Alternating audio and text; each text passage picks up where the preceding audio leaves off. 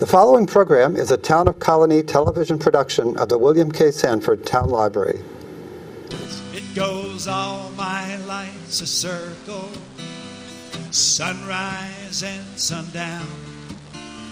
The moon rolls through the nighttime till the daybreak comes around. And all my life's a circle, I can't tell you why. Seasons spinning round again, the years keep rolling by. Top of the morning, afternoon, or evening. I'm Joe Doolittle. And I'm Kate Detting. And this is Story by Story. Celebrating the human spirit. And we are storytellers. Yes, that's how we celebrate. One of the ways we celebrate the human spirit. Yes, we do. And it's something we practice with the spoken word. Sometimes we sing. Sometimes we dance. Sometimes we dance. Sometimes we play instruments, but not very well. No, but maybe. Well, no. I am learning the ukulele. I just want you to know that it's going to be my one concert level thing. Yeah. Well, maybe it won't be, but that's another story, as they say. Well, we're going to spend an hour with you with a guest storyteller and some conversations about what is storytelling all about, really. And it's really about one of the oldest forms of communication, maybe the oldest form of communication we have as people. Well, yeah, after, just conversations, the music people, they go, oh, no, we were playing flutes or whistling and singing. The first artistic expressions. Right, we don't have any real data on any of this. Yeah. But I gotta believe, before they were drawing on the caves in France, the battles with the mastodons, they were telling that story around the fire. That's right. I just have to believe that. And one of the things that there is some evidence on is that if you're listening and hear a story, you tend to remember that in a way that you don't in a casual conversation. Or a lecture. That's true. So if you're out there and you're doing lectures, include a story. Yes, at least to start it off. And this has been quantitatively proven that in one of the programs where you can get a master's degree in storytelling at Eastern Tennessee State University, a friend of mine got her thesis was on proving this. And what they did was they gave children an attitude survey on the stars. That whole topic of Constellations. Constellations, yes. And then some of them, in their unit on constellations, each constellation started off with a story, an old Native American story or a Greek story on it, and then went into the scientific stuff. Then at the end of the unit, everyone was given that same attitude survey again. And the kids who had gotten the stories first and then the scientific information, they were much more interested in constellations than the poor kids who were story deprived. Well, And statistically, significantly different between the attitudes of those two groups. So that's one of many studies that have shown that if you want to get people's attention, start with a story. That's why there was an article just in Forbes magazine on the CEO of Starbucks who just stood down, whose name I can't remember. But I remember his story. That Starbucks had started up. He went on a business trip to Milan and loved the way they had a coffee shop there. It was a community. That it was more than just, here's your cup of coffee, Joe. Well, or whatever. Yeah. And so he came back and he told his partners about this, and they said, no, we don't want to do that.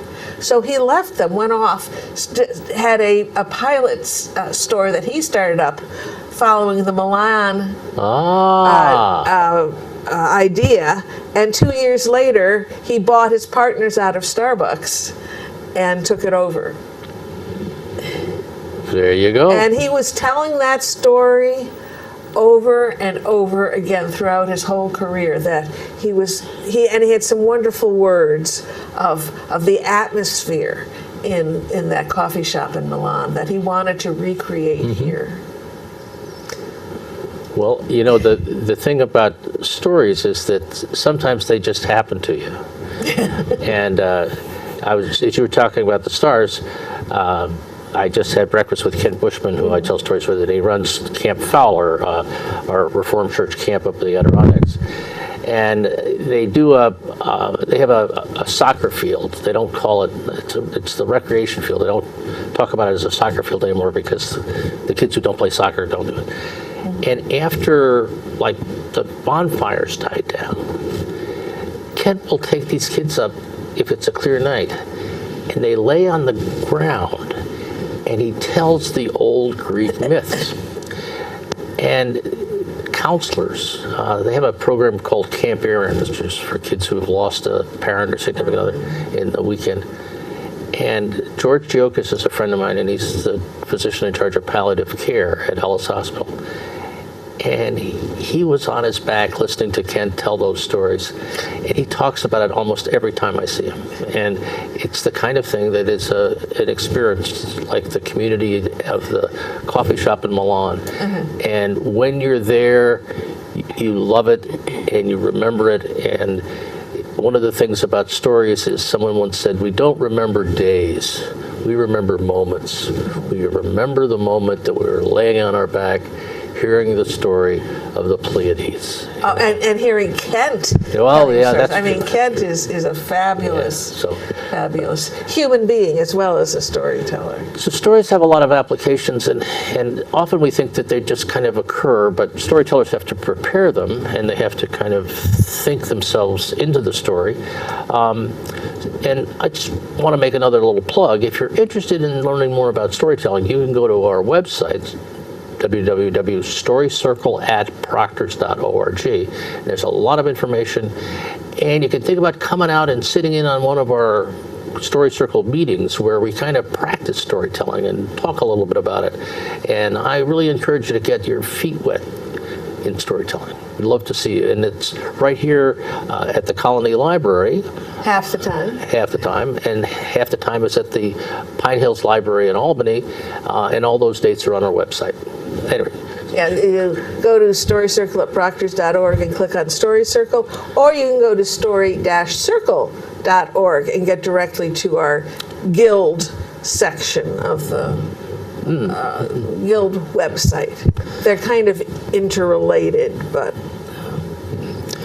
And, you know, we've talked a lot about stories, but one of the ways you can learn more about storytelling is to ask a storyteller how they happen to become a storyteller. And you know, we have a new to us in this studio storyteller. We do. Yes. So you mean we could ask that person, and then maybe we could hear her story? Linda McKenney. She has many different talents. I met her as a teacher, a study leader of an Academy for Lifelong Learning course on theater games.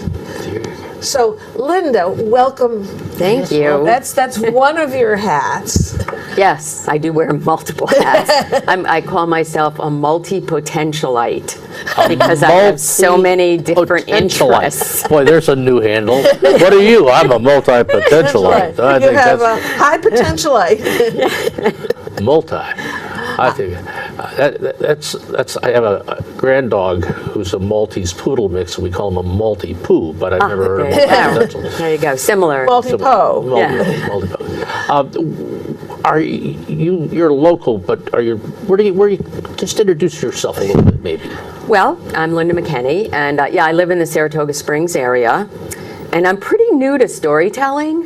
I actually got started because I took a class with Margaret French and Betty Cassidy at the Crandall Library in Glens Falls. I live close to Glens Falls. And it's interesting because my family, I kind of grew up on stories. My parents would elaborate all the things in their lives and sort of turn it into a story. And so it wasn't like a new concept to me, but the formal process of telling stories was a new concept. I believe that, we live our life in stories. We are our stories. We create stories about ourselves. We become those stories. We can change those stories if we want to change those stories. So, yeah, they're pretty critical. And it was interesting listening to the two of you because my mother just moved to New York. She's 97. She moved into assisted living. We brought her up here from Florida. And my daughter and her two sons went to visit her the other day. And my daughter got my mother talking about traveling to Mexico years ago. And so my two grandsons sat on the couch and listened. And about 10 minutes into her talking, she said to them, "Don't you have those gadgets with you that kids always are looking at?" And they took out their phones and they said, "Yeah, we have them, but we don't want them." And they put them back. And they continued to listen to my mother tell her stories about traveling in Mexico. So, yeah, stories are pretty important, I think, in families to hand down traditions and to understand people better. So it's a wonderful thing to be part of. Yes. But you also, let's see, so we have, so the theater games comes from your background Yes, in... I have a degree in theater and theater therapy. I'm a late bloomer. I got my college degree when I was 55.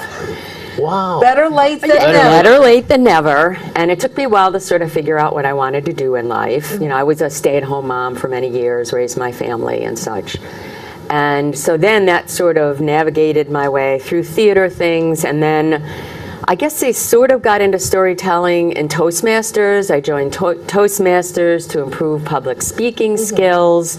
And in a way, when you give a speech, you tell a story, however you're timed. And if you go over, I was disqualified at a contest for going over by 1 second.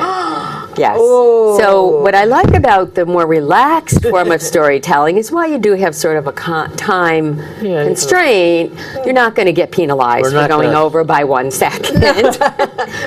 And that sort of morphed into being a motivational speaker. And I do start talks with a story or integrate stories into any kind of speech or talk that I'm giving or workshop that I'm giving, because I think people do remember better when they hear stories and they connect to content through a story. And so most of the stories that I tell personally are goof-ups I've had in my own life. I like to make people laugh, so I try to integrate laughter into them. I think of those as epiphany stories. Yes. Yes. They are. They are goof-ups that you've learned from. Epiphany. Yes. If definitely learn from. It's nice to mine a group of stories that you have a real good supply of. The goof-ups tend to continue to happen in life. And people, everybody, well, maybe not you, but most people have goofed up more than once in their life. So they can relate. Plenty. They can relate to that. Oh, that reminds me of when I avoided an accident, but I blew out a tire. It wasn't even 24 hours old when I hit the curb so hard, avoiding the car in front of me that had stopped dead. Anyways, I digress. And I think when you become a storyteller, you recognize stories more often. You look at situations and say, "Oh, this could be a story." This could be a story. That sort of thing. If it doesn't kill me. Yes, it could be a story. And I sometimes find myself thinking, well, I have a story about that. But sometimes if you tell the story then, it shuts the other person off from wherever they are, and so I've had to sit on my hands intentionally. And what you learn is that then there's chapter 2 that comes from that other person. Oh, sure. Yeah, that's a good point. Absolutely. There's chapter 2. But I've also seen you wearing a wig and a long black dress. What's that all about? Wait a minute. A wig and a long black dress? Yes. Yes. So you kind of moonlight as a ghost, or what are we talking about here? Sort of in a way. Sort of in a way. Bring someone back from the dead. Oh. And I am a historical reenactor. I portray Susan B. Anthony. And I do that in schools and in adult groups. I just actually was invited to go to the Army War College at the museum there and do Susan B. Anthony for Women's Equality Day in August. Fun. So that That was great fun. Yes, it Whoa. was. Yeah. So you had a lot of Army officers sitting there? I had a lot of people in camouflage. Yeah. They didn't blend in with the audience, though, because there were various colors. Yeah, they were. But yes, yeah. So this is in Saratoga, the Military Museum? No, it was in Carlisle, Pennsylvania. Carlisle. Oh, Yes, Oh, it was the big yeah. time for me. I got to Ooh. travel on Army papers. I had, yes, Yes, ma'am. Yes. So that was a lot of fun. And there will be that talk will actually be on their blog at some point in time because they recorded it. They didn't videotape it, they recorded it, and then they put it on their blog. So they said they have quite thousands of people that listen to their blog. Well, so. you need to send me that link because Okay. there's on story-circle.org, one of the pages there is storytellers, and these are storytellers that are available to make presentations. And Linda has a page there. Yes. You know, it says storytellers, and then there's all of our names, and you click on Linda McKenney, and you'll get to a little page about her, and that has a video window of a story that you told at Proctor's and at Salem for word plays in September. Actually, she hasn't done that yet because it hasn't. Yes. We're taping before that happens, but nonetheless, It will be there. It will have been done Yeah. by the time this is broadcast. So I don't know where I was going with that. Nonetheless. You're going to get the link so you can add it to that. Right, so Yeah. right. So there you the go. video window is on that page, but the audio of you doing Okay. Susan B. Anthony can also be added there. Great. To Wonderful. highlight. Thank you. Highlight you as a storyteller. And there's I suppose it's a pretty simple step from being trained in theater and an actor to doing story in the first person. But that is a particular medium in its own right, that when you actually become somebody. Because there's usually somebody who knows somebody about or something about your character. You know, Exactly. If you're in a play, one of the stories I plan on telling today was about when I was in a play. But when you're in a play, you're portraying a character, so you're not yourself. But when you're telling a story, at least most of the stories that I tell, they're stories about me or about people in my life, and so I'm not portraying somebody else unless I'm Susan B. Anthony. I'm Right. not portraying someone else. I'm portraying myself. But you relate conversations you've Yes. had with other people, so in that sense, you're also, you may change your speech pattern. Oh, or whatever. absolutely. Yes, I think it helps as a storyteller to have some theater training. I think it does help. Just to even have you be a little more relaxed in front of an audience. Yes. Though I think, I still get nervous when I'm in front of an audience, but you try to use that nervous energy That's right. to your own benefit. Yes. I just heard something about that. I think it was that it shows that you care, how much you care, that nervousness. That you Oh, yeah, want that's to, a good point. Right, because you want to do a good job. Right. Yeah. Yeah. You know, So it's. if you don't feel those flutters, then you're not on your game. That's a good point. I think Yeah. it's a very important part of the whole element.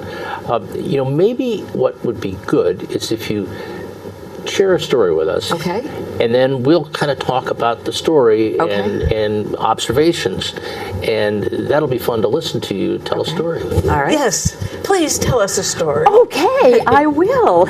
And I'm not going to pull out my iPad or anything like that. I'm going to listen to you. Oh, well, thank you very much. I appreciate that. And even though I have a timer going so that we don't exceed our hour limit I am not going to, you said it was 7.5 Get the hook and minutes yank me. and 3 seconds over. No, we won't do that either. Okay. Well, this story I call Gorilla Glue, and this is a story about when I was in a play. I was in Arsenic and Old Lace, and I was playing the part of Aunt Martha. And if you're ever involved in a smaller production of community theater, you'll find that the actors don't just act. We might make our own costumes, we bring in furniture from our homes for set decoration, and that was the case for this play. So at dress rehearsal, a chair that I had brought in from my home was damaged a bit during kind of a raucous scene.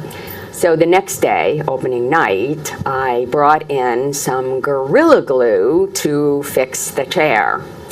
Now, I'd never used Gorilla Glue before, but it said on the bottle that it would fix just about anything, so I trusted that. A couple hours before opening, I went onto the stage and I squirted the glue into the hole in the chair and I shoved the support into it, and of course glue ran down the side of the leg. And I wiped it away with my hand. Chair fixed, I rubbed my hands together, spreading glue all over both my hands. Those of you who are gasping, you've used Gorilla Glue before, and you know that that was a drastic mistake on my part, but I thought it worked just like Elmer's glue, and I would just wash it off or peel it off, no big deal. So I went into the bathroom, and hot water and soap, and I washed my hands, and it felt like the glue was off, and I took a paper towel to dry them, and sure enough, I had little bits of paper towel stuck all over both of my hands. So I washed them again with as hot water as I could stand, washed them. Took the paper towel, no, still had little pieces of paper towel stuck all over my hands. Our production was in a high school, so I decided to seek out the janitor. When I found him, he gave me a bottle of very strong cleaning solution. He sprayed it on my hands for me, and I rubbed them together, and the paper towel went away, but once my hand dried, they were just as sticky as before. Next, we tried paint thinner. Ooh. He rubbed paint thinner on both of my hands. Rubbed them together, they felt nice and smooth. Once they dried, they were sticky again. So no matter what liquid you put on my hands, once it dried, they were sticky again. I was starting to panic. I was going to go on stage in a little over an hour. I had numerous props to handle, and I wouldn't be able to put any of them down. Then I had the epiphany that I could call the 800 number on the Gorilla Glue bottle. Of course, I couldn't pick up the phone because you know what would have happened. So my friend dialed the number for me and put the phone on speaker. And we waited with bated breath. I didn't expect to speak to anyone because it was Saturday. But as we listened to the options on their menu, and when it came to option 5, and it said, if you have Gorilla Glue on your skin and cannot remove it, press option 5, I was very excited. I thought, this is it. This is the answer that I need. I will be able to go on stage and not carry around a wine bottle, a tray, utensils, dishes, my hand, my purse, and a bottle of poison. We listened with bated breath. And the automated voice went on to say, if you have Gorilla Glue on your hands, do not try to remove it with harsh solvents. That will only irritate your skin. The glue will wear off in time. It will usually take about a week. A week? Fortunately, the voice went on to say that hand lotion applied liberally will help to dissipate some of the stickiness. Gobs of hand lotion later, I went on stage. The stickiness was gone, but I had a new problem, not to let the wine bottle slip out of my hands. Arsenic and old lace, Aunt Martha, a role that will always stick with me. Bravissimo. Thank you. Oh, as if that play didn't need a little more wackiness added to it. Amazing. The thing about the Gorilla Glue is it foams. So that you put a little bit down there, and all of a sudden it's a lot. Exactly. And it's growing. Exactly. So it's like you discovered the super mushroom, and it's right there. That's exactly right. This I know now. Yeah. The Gorilla Glue that ate Chicago. It's quite the stuff, I'll tell you. It does fix that chair. That chair. And it did wear off. It took about a week, but it did wear off. I used up a lot of hand lotion that week. Yes. I was wondering, as you were going through the solvents, I'm going, does she still have any fingerprints? Yeah, that'd be good. They look normal from this distance. If you don't have any fingerprints, how do you open your iPhone? Oh, boy. Oh, yeah. I didn't dare touch my phone. So the viewers there, think about the story in terms of how it worked, because you kind of softly let us in there. I mean, it didn't kind of meandered your way to the broken chair and the Gorilla Glue. And you even set up the Gorilla Glue as a thing with the way you wiped your hands, and you were quite nonchalant about that. And then the crisis comes in the bathroom. And we've all kind of been there with something, So you don't announce the crises. You kind of settle into it, and it happens to all of us. It's the moment of not being able to wash them. Oh no! Why did I do? Oh no! Yeah, exactly. And then your savior isn't your savior. Mm-hmm. The janitor isn't your janitor. He was not. And number 5 wasn't either. Number 5 I had wasn't. Great hopes there. I really did like As you. did I. Yes. And by the time you got to the hand lotion, I just didn't know what was going to happen.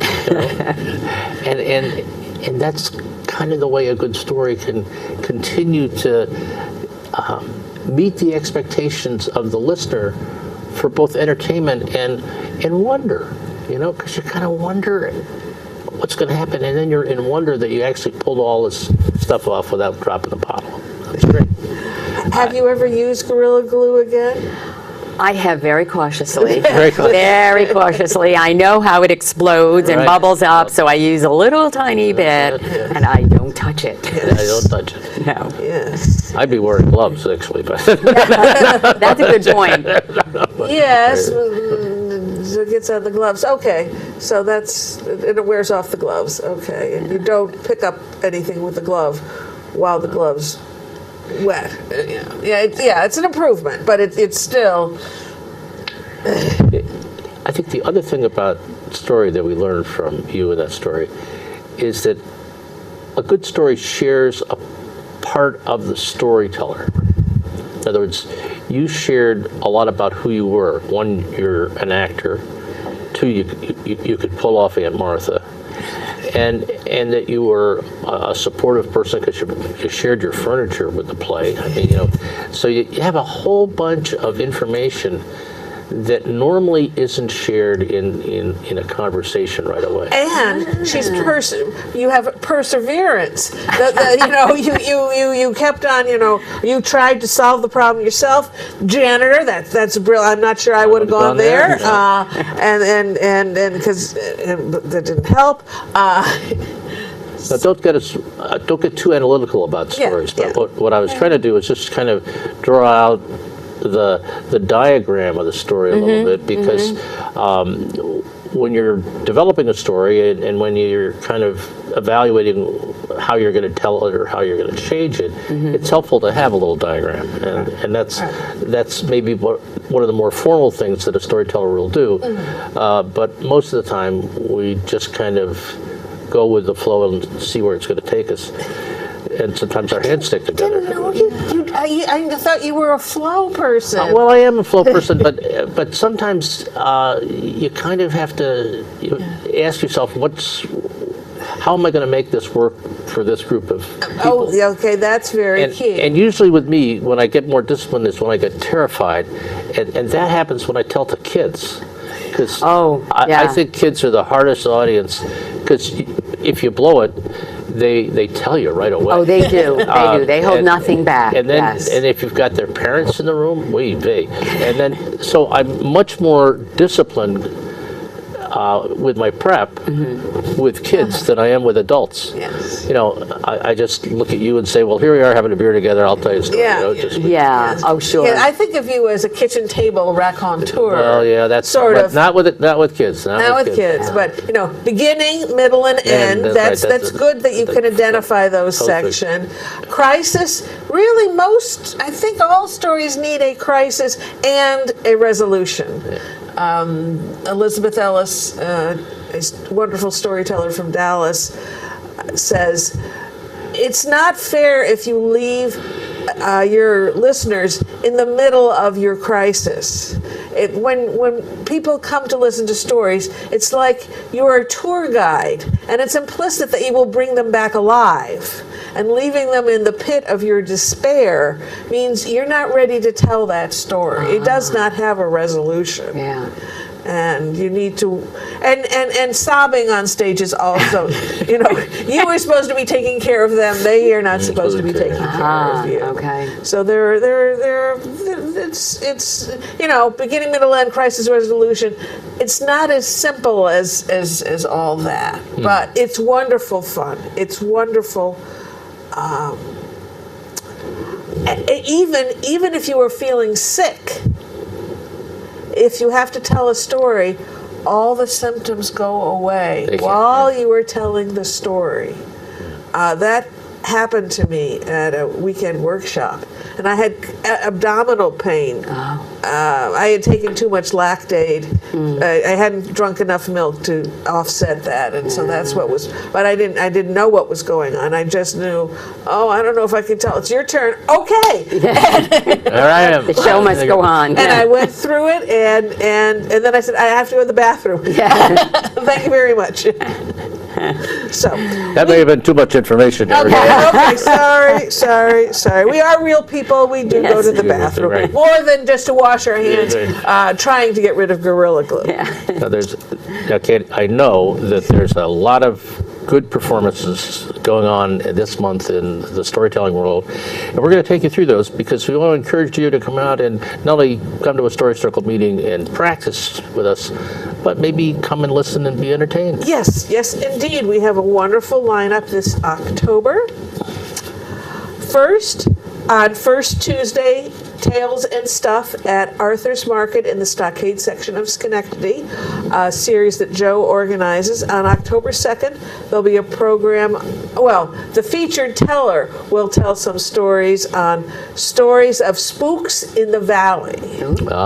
Halloween's coming. That's what that's all about. This is an open mic not only for storytelling, but for music and spoken word. So if you have, if you know The Raven, Nevermore. Or we'll even let you read The Raven. Yes. Come and join us. Yes. Then the Interfaith Story Circle is having their monthly meeting on October 11th, Listening for the Feminine Divine. And the featured teller there is Barbara Chapitis. And this will be at the Regional Synod of Albany, which is the local area office of the denomination, of the Reformed Church of America. And it's on Grand Boulevard in Schenectady, just a couple blocks up from where Linton High School is. So Yes.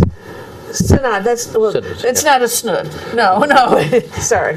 It's just a word I'm really not familiar with. Then, on the Friday, October 11th, Shawnee Evenings, a series at the Irish American Heritage Museum in Albany, again a series that Joe organizes, will have stories of whispers and things that go bump in the dark. With again Barbara Chapitis and Lolly Davidson, who were part of the 2/3 of the Snickering Witches. That's right, the Snickering Witches. Okay. That should be fun. Then that Sunday at Proctor's, we have a series called Word Plays, and the topic on Sunday, October 14th is irresistible.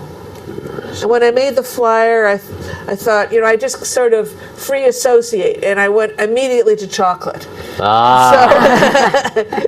So the background is chocolate being poured into this huge vat. Well, you can't tell if it's a puddle or what, but it probably is a vat. And we are now in, I don't know if I've told you this, but we are no longer above the box office at Proctor's in the Fenimore Gallery. We are below the box office in the Hearst Education Center. You could think of it the bargain basement when it used to be Carl Company. But our tellers then will be I don't know how to pronounce his name. I'll try my best. Atharv Agashe, who's one of the Children of the Well members. His older brother, Aditya Agashe, has performed with us. Siri Allison, Claire Beadlestone, Betty Cassidy, one of your teachers, Marnie Gillard, Christy Keegan, Nancy Marie Payne, and Sandy Schumann. They are always wonderful. Yes. We just give the tellers the topic, and they send in, that they have, this is the title, it's this kind of story, it's this long, and I pick to see that we have a varied program, that they're not all personal stories, they're not all stories from India, they have different lengths of time, and it's fabulous how these stories relate or bump heads or Come together. It's a mosaic collage of storytelling. Then we will have our monthly meeting of Story Circle. It's where people can come to share works in progress or just listen to stories, and you can get as little or as much feedback as you want. You can say, I just need to tell it to human faces. My dog really doesn't give me a lot of feedback. Or, this is what I've come up with, and I have problems, and I'd welcome any suggestion. Or you could just focus in on, your own questions. Could you tell the difference between who was talking when the mother and the daughter were talking? So, whatever you need, we will do our very best to supply. And in a very kindly fashion. We understand that new stories are like a newborn, and you really don't need to. Yeah, newborns do get little rashes. We won't mention. We'll help, and it will be at the Pine Hills branch, and we'll have some sort of between 6:15 and 7, some sort of round table on a topic on storytelling. Sort of an educational aspect, and then 7 to 9 is the storytelling of the works in progress. Then, storytelling open mic at Cafe Lena. We'll have Claire Nolan as the featured teller on October 23rd. Now, every month except Christmas, and every month between September and June except for December, on the 4th Tuesday of the month, there's going to be the storytelling open mic at Cafe Lena, 7 to 9. And that's another place. There, you cannot read. They don't want you to use notes. You come prepared to tell, and it's a fabulous time. And if you haven't been to the renovated Cafe Lena, it is incredible. It's lovely space. It Just still great space. has the brick wall. It feels it's had a facelift. You can still recognize somebody if they've had a facelift. And an elevator. And an elevator and a nose job. Yeah. No.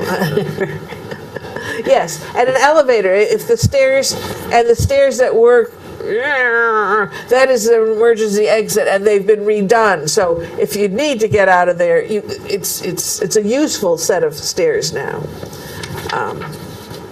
And then just wanted to remind you of our whole season at Proctor's. We have 5-word plays. Mavericks Irresistible, Starting Over, Inside Out, and Shenanigans. And then we have Telebration, which is very similar to word plays in that there's a topic and there are all different kinds of stories that relate to it. This year it's called Sparks. Sparks. And that will be in the GE Theater, 3:30 to 5:30 on Sunday, November 18th. And if you can't come, or you're dying for stories that what's on TV just doesn't work out, go to our website, storycircle@proctors.org, and click on YouTube. And over 200 stories are waiting for you on your demand to be put on your computer screen. Many of them recorded in this very same studio. That's right. So thank you, Colony Town Library. Thank you, Greg Brzezinski. who is the station manager, engineer, reproducing person, scheduler, the whole bit. I'm sure I've missed several hats he wears. That's probably true. Yes. But we have a bit of storytelling going on, and we encourage you to take advantage of any of those programs and the meeting. And I'd like to talk a little bit, if we could, with Linda about, I can see why Susan B. Anthony would be attractive to a woman to talk about, to play. How did you find each other? It's interesting. I took a creative writing class, and actually that I use a lot of the pieces, the essays that I wrote in creative nonfiction, and I converted them into stories. So they're written first, and then they become stories. But the person who facilitated the class, Pat Nugent, there was a grant with the League of Women Voters of Saratoga County, and they were looking for 3 historical reenactors, one of them being Susan B. Anthony, and she invited me, and I said yes. And so I didn't know a lot about Susan B. Anthony. I knew that there was that dollar floating around that looked like a quarter, and I knew she was involved in suffrage, but I had no idea about the trials and tribulations that she went through. And her drive. She was such a dedicated woman. I admire her so much. But as I had to study her, and then I had to, of course, write the script. I talked for about a half an hour. And then I had to find the clothing, which turned out I couldn't find any clothing that I wanted or that I could afford, let's put it that way. And so I wound up making the dress myself. So that was quite the endeavor. But we've now become one in a way. People tell me that I channel her when I talk about her. And I think it's because I admire her so much, that I'm so grateful and happy to be telling her story, that it just, I guess, sort of comes out when I'm doing it. And you have the guts that after, because I've seen a performance of Linda's as Susan B. Anthony.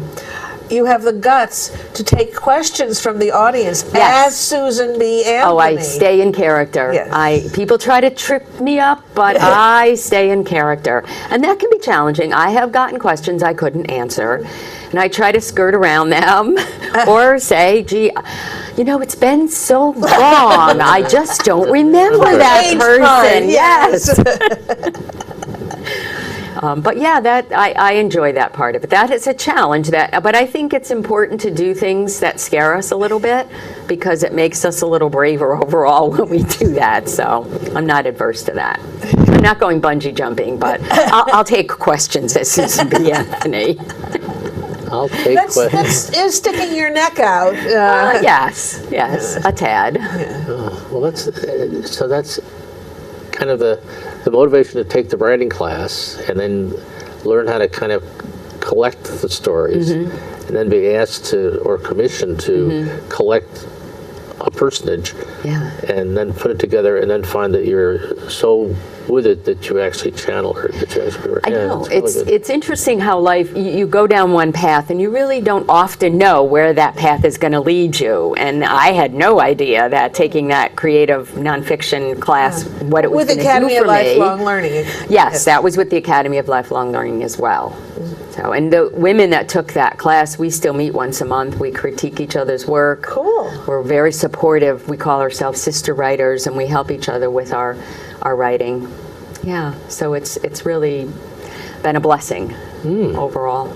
So I took that class also at a different time. I don't think No, we weren't in the same. Right. No. And it was fine.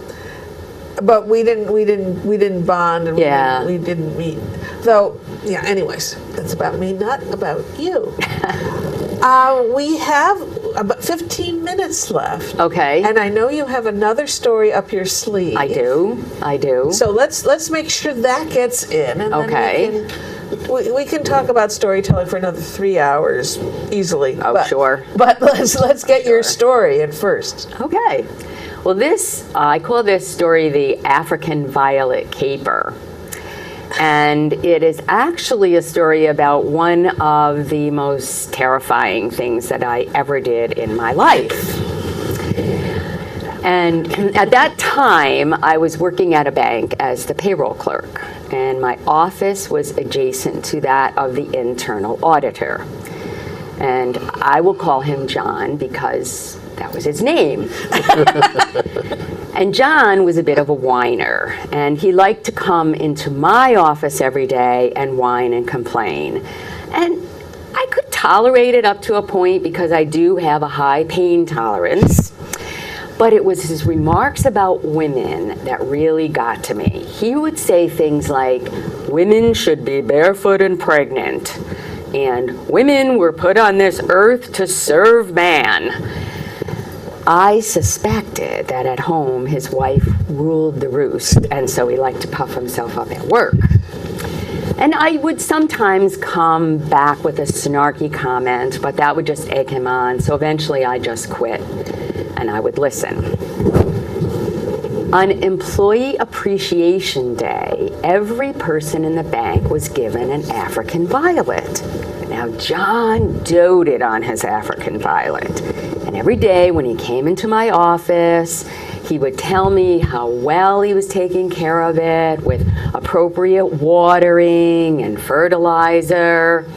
And as he went on and on and on about his excellent green thumb, this idea formulated in my head. And I decided to kidnap his African violet and hold it hostage, which found me standing on top of the tallest metal file cabinet in my office at 6:30 a.m. one morning.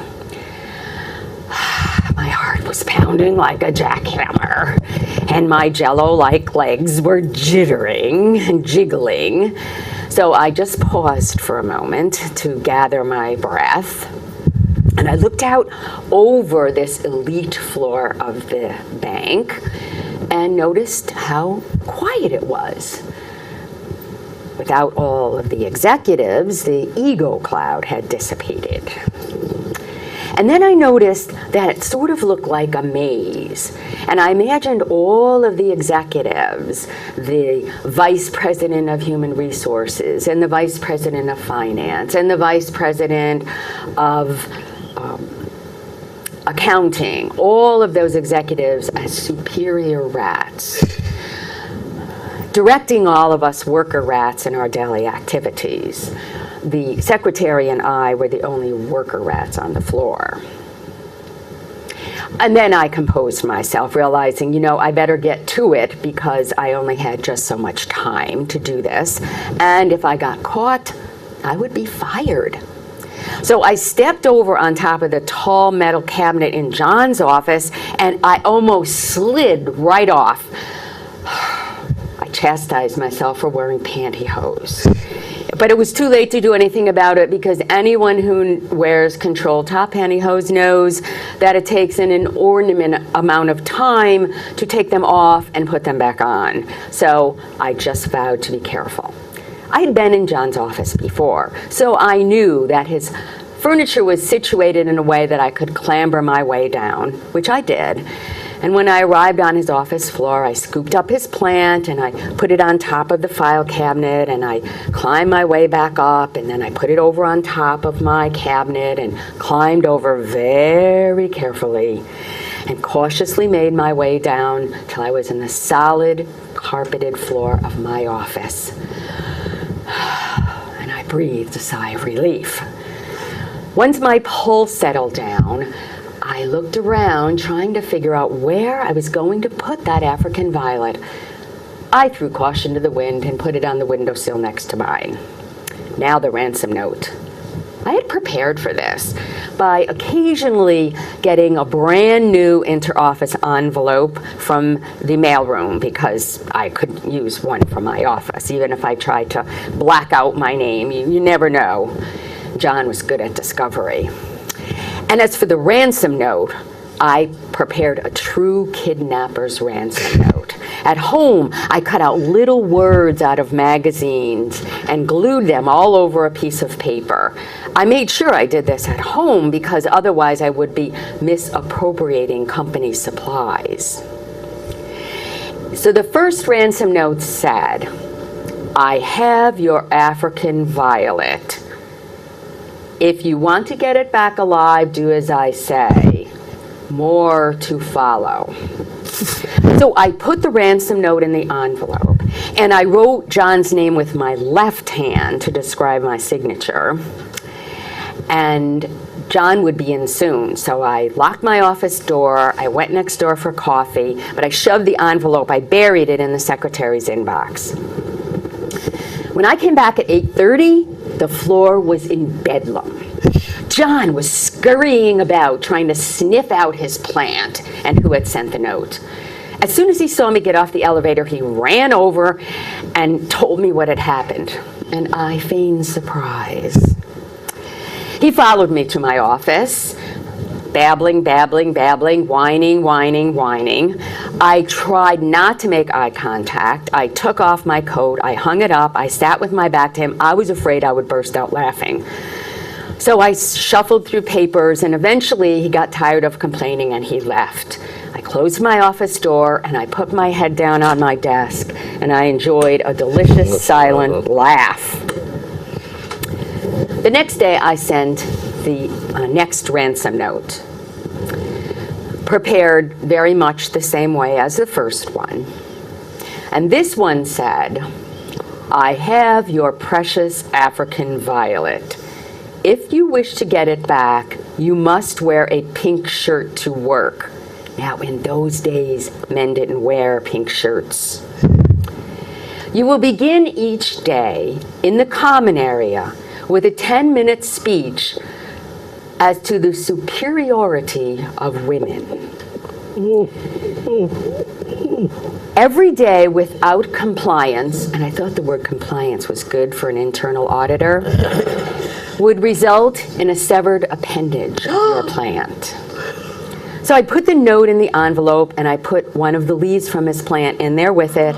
I waited till everyone left that day, and then I buried the envelope in the in basket for the secretary, or the out basket. Of course, the next morning when I came in, John came right into my office. He was incensed. He would not comply with these demands. This is ridiculous. As he went on and on and on about how ridiculous this whole situation was, he had a clear sight line to his plant sitting on my windowsill, and he was so busy with pontification, he never noticed it. Of course, I played like I was very sympathetic to John. I think I got the Academy Award for that role. And eventually he left. And after a couple of days of him not complying and me mutilating the plant, I just stopped because the fun was over. I never got the result that I wanted, but when I resigned from the bank, I left with 2 African violets. You never gave him the plant back? No. But he didn't even recognize it. He wasn't a good plant owner, not recognizing his own plant. Absolutely. Because I was wondering about that, because it was in plain sight. Plain sight. So if you want to hide something, hide it in plain sight. Oh, purloined letter, Edgar Yeah. Allan Poe, yeah. Yep. Yeah. Of course, I don't know. I cannot remember John's last name. But if he stumbles across this video, he's going to find out. Finally. Well, Yes. now, I need to ask you this question. Is this before or after you discovered Susan B. Anthony? Oh, way before. This was years and years and years ago. So Yes. Susan had been looking at you for some time before you were Perhaps. selected for the role. Yeah, perhaps. I see. Perhaps. I see. Yeah, that was my the actually spirit. very first job, serious job after getting a divorce and like being a homemaker, and I'm back in the business world.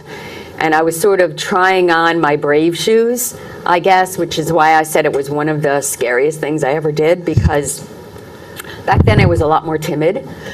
and more of an introvert than I am now. So, yeah, that was like a big But deal those for me. ransom notes were pretty fierce. Well, I can tell you, I cracked myself up over them when I was doing them at home. I just thought this was so much fun.